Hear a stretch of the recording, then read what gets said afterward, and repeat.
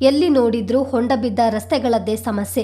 ಕಳಪೆ ಮಟ್ಟದ ಕಾಮಗಾರಿಯ ಕಾರಣದಿಂದಾಗಿ ರಾಷ್ಟ್ರೀಯ ಹೆದ್ದಾರಿ, ರಾಜ್ಯ ಹೆದ್ದಾರಿ, ಗ್ರಾಮೀಣ ರಸ್ತೆಗಳು ಸೇರಿದಂತೆ ಬಹುತೇಕ ಎಲ್ಲಾ ರಸ್ತೆಗಳಲ್ಲೂ ಹೊಂಡಗಳು ಕಾಣಿಸಿಕೊಳ್ತಿವೆ. ರಸ್ತೆ ಗುಂಡಿಗಳ ಕಾರಣದಿಂದಾಗಿ ಅದೆಷ್ಟೋ ವಾಹನ ಸವಾರರು ಪ್ರಾಣವನ್ನೇ ಕಳೆದುಕೊಂಡಿದ್ದಾರೆ. ಹೀಗಿದ್ದರೂ ಸಂಬಂಧಪಟ್ಟ ಅಧಿಕಾರಿಗಳಾಗಲಿ ಅಥವಾ ರಾಜಕಾರಣಿಗಳಾಗಲಿ ಇದರ ಬಗ್ಗೆ ತಲೆಯೇ ಕೆಡಿಸಿಕೊಳ್ತಿಲ್ಲ.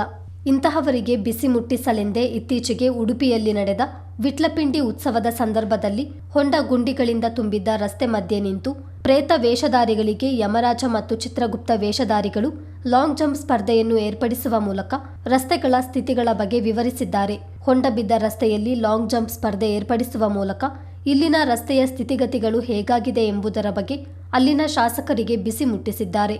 ಈ ವಿಡಿಯೋ ಇದೀಗ ಸಖತ್ ವೈರಲ್ ಆಗ್ತಿದ್ದು ನೆಟ್ಟಿಗರಿಂದ ಭಾರಿ ಮೆಚ್ಚುಗೆ ಪಡೆದಿದೆ. ವೈರಲ್ ವಿಡಿಯೋದಲ್ಲಿ ಹೊಂಡ ಬಿದ್ದ ರಸ್ತೆಯಲ್ಲಿ ನಿಂತು ಯಮರಾಜ ಮತ್ತು ಚಿತ್ರಗುಪ್ತ ವೇಷಧಾರಿಗಳು ಪ್ರೇತ ವೇಷಧಾರಿಗಳಿಗೆ ಲಾಂಗ್ ಜಂಪ್ ಏರ್ಪಡಿಸಿದ ತಮಾಷೆಯ ದೃಶ್ಯವನ್ನು ಕಾಣಬಹುದು.